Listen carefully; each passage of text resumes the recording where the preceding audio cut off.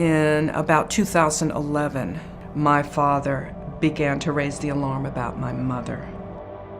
The early stages must have been terrifying for her. She cried to me, poured out her heart to me, and told me that this was a fate worse than death.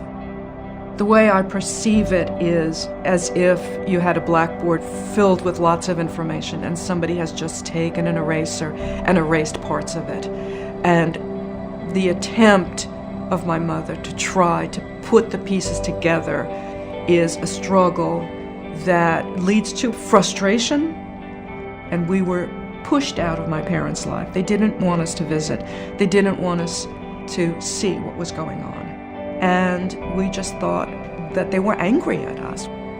Every time we tried to intervene, the two of them kept saying, "We can handle this. We don't want the family to be involved."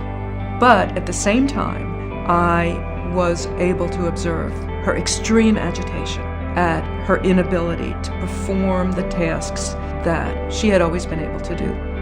This was an incredibly competent and skilled individual who had lost almost everything.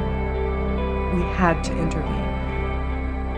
There were a series of difficult interventions that occurred over a period of a couple of years.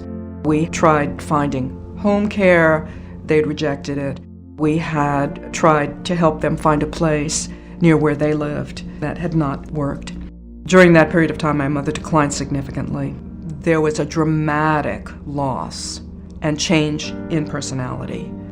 It was unbelievably painful to see her in that state and to see her inability to help herself, but yet her awareness that something horrible was happening to her.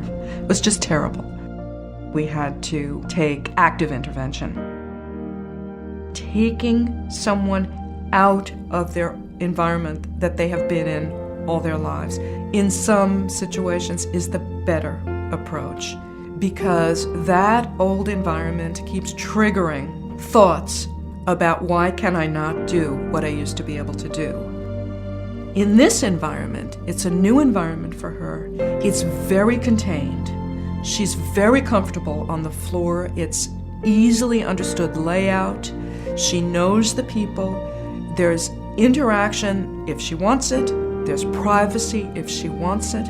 And I think her comfort level, based upon the new environment that's understandable, is something that she could not have had if she had stayed at home. The anguish was gone, and I was able to watch with a little more comfort the continuing decline. At least she was comfortable.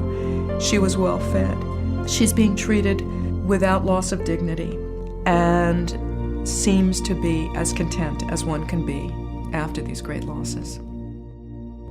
Making that decision was the hardest one I think any of us have made in our lives.